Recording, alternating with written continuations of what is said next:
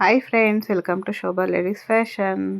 Friends, ಇವತ್ತು simple ಆಗಿರುವಂಥ ಒಂದು ರಂಗೋಲಿನ ತೋರಿಸ್ತಾ ಇವತ್ತಿನ ಬ್ಲಾಗ್ನ ಸ್ಟಾರ್ಟ್ ಮಾಡ್ತಾ ಇದ್ದೀನಿ.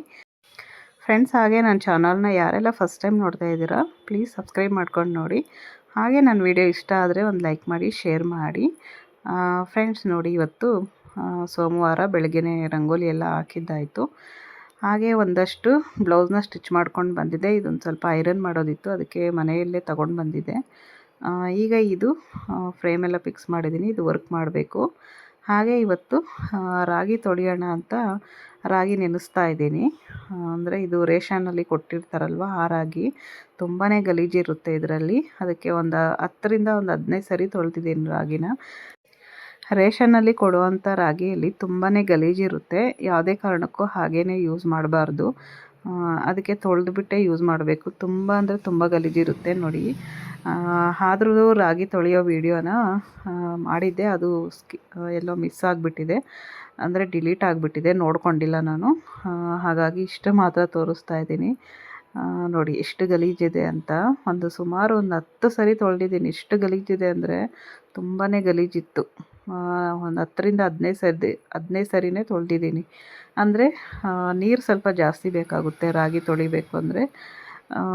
ಹಾಗೆ ನೋಡಿ, ರಾಗಿ ಎಲ್ಲ ತೊಳೆದಿದ್ದಾಯಿತು. ಈಗ ನೀರೆಲ್ಲ ಬಗ್ಗಿಸ್ಬಿಟ್ಟು ನೀಟಾಗಿ ನೀರೆಲ್ಲ ಸೋರಾದಮೇಲೆ ತಗೊಂಡು ಬಂದು ಟೆರೆಸ್ ಮೇಲೆ ಒಣಗಾಕೋಣ ಅಂತ ಟೆರೆಸ್ ಮೇಲೆ ಬಂದಿದ್ದೀನಿ. ಹಾಗೆ ನಮ್ಮ ಚಿನ್ನಿ ನೋಡಿ, ನಮ್ಮ ಚಿನ್ನಿ ಕೂಡ ಬಂದಿದ್ದಾಳೆ. ನಾನು ಎಲ್ಲೋದ್ರೆ ಅಲ್ಲೆಲ್ಲ ಬರ್ತಾ ಇರ್ತಾಳೆ. ಪಾಪ ಅವಳಿಗೂ ಒಂದು ಕ್ಷಣ ಬಿಟ್ಟು ಇರೋದೇ ಇಲ್ಲ ಎಲ್ಲೂ. ನಾವೆಲ್ಲಿದ್ದರೆ ಅಲ್ಲೇ ಇರ್ತಾಳೆ. ಅವಳಿಗೂ ತುಂಬ ಬೋರ್ ಹೊಡಿತೈತಲ್ವ, ಅದಕ್ಕೆ ನನ್ನ ಅಂಗಡಿಗೆ ಕೂಡ ಕಳಿಸ್ತಾ ಇರಲಿಲ್ಲ ಅವಳು ಹೊಲಿಯೋದಕ್ಕೆ. ಅವಳು ಬಂದಿರೋಳು, ಇಲ್ಲ ಅಂದರೆ ಹೋಗ್ಬಿಡತ್ತೆ, ಇಲ್ಲೇ ಇರು ಅಂತ ಇದ್ಲು. ಒಂದು ವಾರದಿಂದ ನಾನು ಅಂಗಡಿಗೆ ಹೋಗಲಿಲ್ಲ ಜಾಸ್ತಿ, ಮನೆಯಲ್ಲೇ ಜಾಸ್ತಿ ಇದ್ದೆ. ಹಾಗೆ ಕಟಿಂಗ್ ಮಾಡ್ಕೊಳ್ಳೋದು, ಇಲ್ಲಾಂದರೆ ಮಿಷಿನ್ ಆನ್ ಮಾಡಿಕೊಂಡು ವರ್ಕ್ ಮಾಡೋದು, ಈ ಥರ ಮನೆಯಲ್ಲಿರೋವಂಥ ಕೆಲಸನ ಮಾಡ್ಕೊತಾ ಇದ್ದೆ. ಯಾಕಂದರೆ ಪಾಪ ಅವಳಿಗೂ ಬೇಜಾರಾಗುತ್ತಲ್ವ, ಅವಳಿರೋ ಅಷ್ಟು ದಿನ ಒಂದು ಸ್ವಲ್ಪನಾದರೂ ಟೈಮ್ ಸ್ಪೆಂಡ್ ಮಾಡೋಣ ಅಂತ. ಹೌದಾ,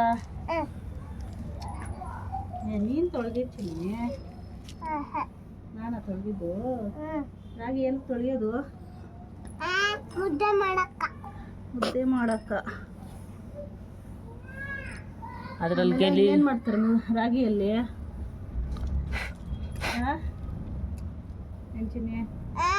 ಅನ್ನ ರಾಗಿಯಲ್ಲಿ ಮಾಡ್ತಾರೆ ಯಾರಾದರೂ? ರಾಗಿಯಲ್ಲಿ ಏನೇನು ಮಾಡ್ತಾರೆ ಹೇಳು? ಮುದ್ದೆ, ರೊಟ್ಟಿ, ಗಂಜಿ ಏನೇನೋ ಮಾಡ್ತಾರೆ. ನಿಮ್ಮ ಅಜ್ಜಿ ಬರೀ ಮುದ್ದೆ ಮಾಡ್ತಿತ್ತಲ್ಲ.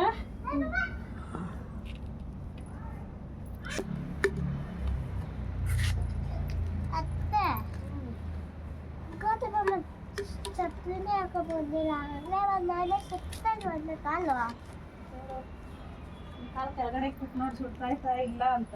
ಸುಟ್ಟಾಯ್ತಾ? ಸುತ್ತಿ ಬಾ, ಡಮ್ ಅನ್ಸ್ರೆ ಅಂತ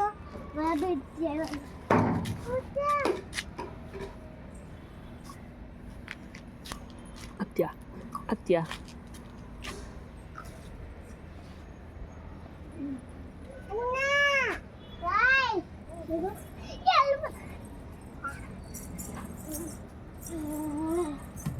ಒಂದು ಯೂಟ್ಯೂಬ್ ಲೇಸ್ತಾನು.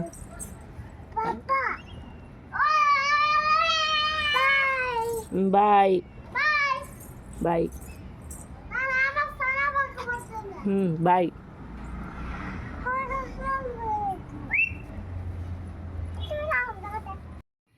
ಹಾಗೆ ಈ ಮಕ್ಕಳು ಬಂದು ನಮ್ಮ ಮನೇಲಿ ಲೀಸ್ಗಿದ್ದಾರೆ, ಅವ್ರ ಮಕ್ಕಳು ನೋಡಿ. ಹಾಗೆ ಈ ಚಿಕ್ಕ ಪಾಪು ಸಣ್ಣ ಸಣ್ಣ ಕಲ್ಲುಗಳನ್ನ ಹುಡ್ಕೊಂಡು ತಿಂತಾ ಇದ್ದಾಳೆ. ನಾನು ಹೋಗ್ಬಿಟ್ಟು ತಿನ್ನಬಾರ್ದಮ್ಮ ಬಿಸಾಕು ಅಂತ ಹೇಳಿದಕ್ಕೆ ಆವಾಗ ಬಿಸಾಕಿದ್ದಾಳೆ.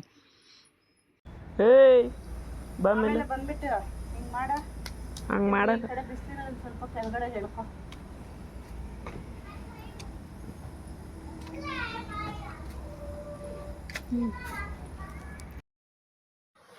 ಹಾಗೆ ಇದು ಬಂದು ರಾತ್ರಿ ಒಂದು ಅರ್ಜೆಂಟಾಗಿ ವರ್ಕ್ ಮಾಡೋದಿತ್ತು, ಅದಕ್ಕೋಸ್ಕರ ನೈಟಲ್ಲೇ ಮಾಡ್ತಾಯಿದ್ದೀನಿ. ಹಾಗೆ ಈ ಕಡೆ ಕಟಿಂಗ್ ಕೂಡ ಮಾಡ್ಕೊತಾ ಇದ್ದೀನಿ.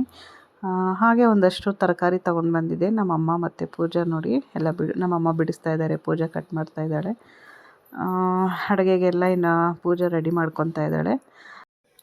ನಾನು ಈ ಕಡೆ ಮಿಷಿನ್ನ ನೋಡ್ಕೊತ ಬ್ಲೌಸ್ ಕಟಿಂಗ್ ಕೂಡ ಮಾಡ್ತಾಯಿದ್ದೆ. ಹಾಗೆ ಇದು ನೆಕ್ಸ್ಟ್ ಡೇ ಬಂದು ಮಂಗಳವಾರ.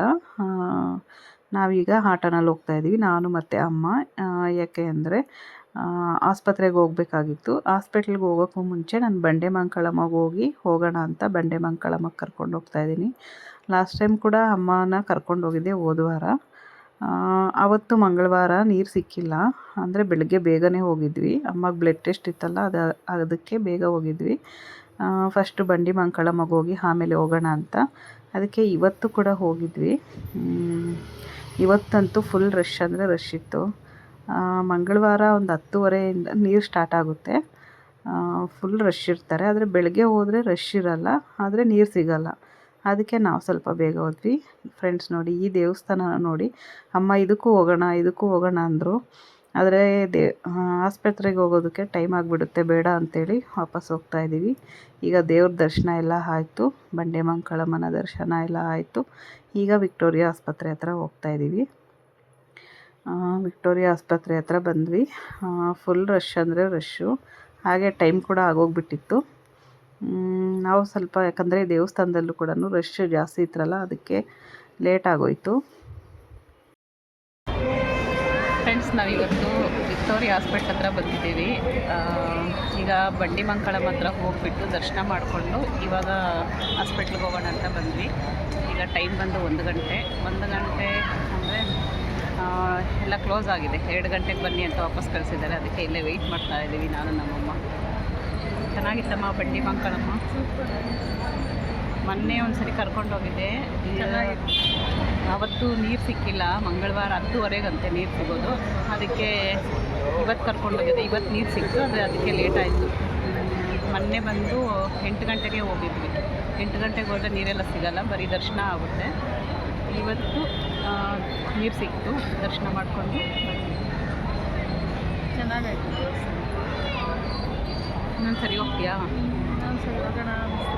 ನಮ್ಮ ಅಮ್ಮಗೆ ದೇವಸ್ಥಾನಗಳು ನೋಡೋದು ಬಿಟ್ಟರೆ ಅಲ್ಲೇ ಇದ್ಬಿಡ್ತಾರೆ. ಬೇಕಾದ್ರೆ ದಿನ ದೇವಸ್ಥಾನಗಳು ತಿರ್ಕೊಂಡಿರೋ ಅಂದ್ರೆ ಇದು ಬಿಡ್ತಾರೆ ಅಲ್ಲೇ ಹೋಗ್ಬಿಟ್ಟು. ಅಲ್ಲಿ ದೇವಸ್ಥಾನದ ಮುಂದೆ ಒಂದು ಬಂಡೆಮಂಕಳಮ್ಮ ಮುಂದೆ ಒಂದು ದೇವಸ್ಥಾನ ಇದೆ. ಅದು ಯಾವ ದೇವಸ್ಥಾನ ಅಂತ ಗೊತ್ತಿಲ್ಲ, ಫ್ರೆಂಡ್ಸ್ ಸ್ವಾಮಿನ ಏನೋ ಇರ್ಬೋದು. ಅಲ್ಲಿ ಹೋಗ್ಬಿಟ್ಟು ಅಲ್ಲಿ ಹೋಗೋಣ ಬಾ ಅಂತ ಇದ್ದಾರೆ. ಟೈಮ್ ಆಗೋಯ್ತು, ಹಾಸ್ಪಿಟ್ಲಿಗೆ ಹೋಗ್ಬೇಕಾ ಬೇಡ? ಏನೋ ಬಂದಿದ್ದೀವಿ, ಹಂಗೆ ದರ್ಶನ ಹೇಳಿತ್ತು. ಹೇಳು. ಇಲ್ಲ, ಬಂದಿದ್ದೀವಲ್ಲ, ಹಂಗೆ ದರ್ಶನ ಮಾಡ್ಕೊಂಡು ಹೋಗೋಣ. ಏನು ದೇವರಲ್ಲಿ ಅಂತ ಹೇಳಿದೆ. ವೆಂಕಟ ಸ್ವಾಮಿ ಇರ್ಬೋದು. ನಾನು ಝೂಮ್ ಮಾಡಿ ಇಟ್ಕೊಂಡಿದ್ದೀನಿ, ಇದು ಯಾವ ದೇವಸ್ಥಾನ ಅಂತ ನೋಡ್ತೀನಿ. ಯಾವುದು ಅಂತ ನಾನು ಸರಿಯಾಗಿ ಕಾಣಿಸ್ಲಿಲ್ಲ, ಅದು ಏನೋ ಅಡ್ಡ ಇತ್ತು. ವಿಕ್ಟೋರಿಯಾ ಹಾಸ್ಪಿಟ್ಲ್ ಹತ್ರ ಎಷ್ಟು ಜನ ಇದ್ದಾರೆ ನೋಡಿ.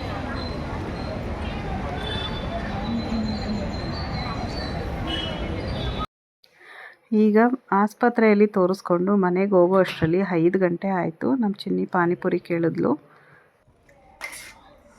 ನಮ್ಮ ಚಿನ್ನಿಗೆ ಪಾನಿಪುರಿ ಅಂದರೆ ಇಷ್ಟ ನೋಡಿ.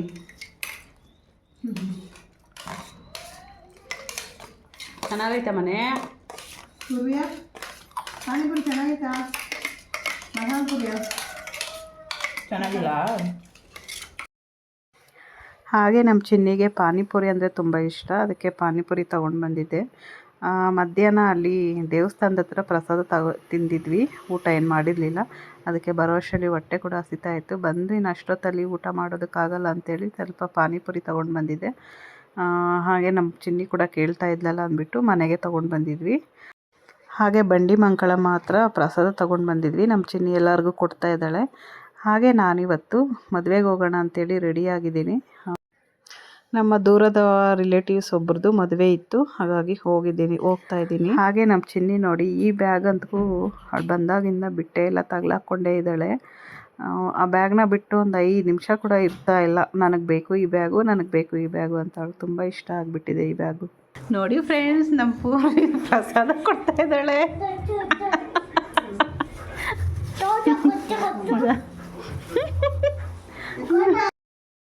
ನೋಡಿ, ಈಗ ನಾನು ಮದುವೆಗೆ ಹೋಗೋಣ ಅಂತ ರೆಡಿ ಆಗಿದ್ದೀನಿ. ನಮ್ಮ ಚಿನ್ನಿ ನೋಡಿ ಬಿಡ್ತಾ ಇಲ್ಲ, ನಾನು ಬರ್ತೀನಿ ಅಂತ ಇದ್ದಾಳೆ.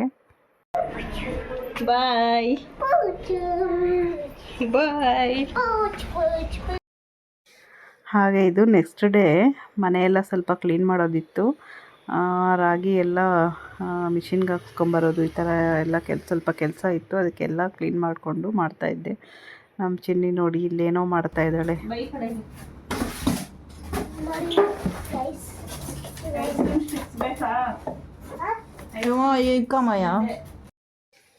ಹಾಗೆ ನನ್ನ ಪಾಡಿಗೆ ನಾನು ಆ ಕಡೆ ಎಲ್ಲ ಕ್ಲೀನ್ ಮಾಡ್ಕೊತಾ ಇದ್ದೆ. ನಮ್ಮ ಚಿನ್ನಿ ಆಟ ಆಡಿಕೊಂಡು ನೋಡಿ ಏನೇನೋ ತೊಗೊಂಡಿದ್ದಾಳೆ. ಫ್ರೆಂಡ್ಸ್, ಹಾಗೆ ಅಮ್ಮನಿಗೆ ಹುಷಾರಿಲ್ಲ ಅಂತೇಳಿ ಹಾಸ್ಪಿಟ್ಲಿಗೆ ಹೋಗಿದ್ನಲ್ಲ. ತುಂಬ ಜನ ಅನ್ಕೊತಾ ಇರ್ತೀರಾ ಏನು ಹೇಳಲೇ ಇಲ್ಲ, ಹಾಸ್ಪಿಟ್ಲಿಗೆ ಏನಕ್ಕೆ ಹೋದ್ರು, ಯಾಕೆ ಹೋದ್ರು, ಏನಾಗಿತ್ತು ಅಂತ.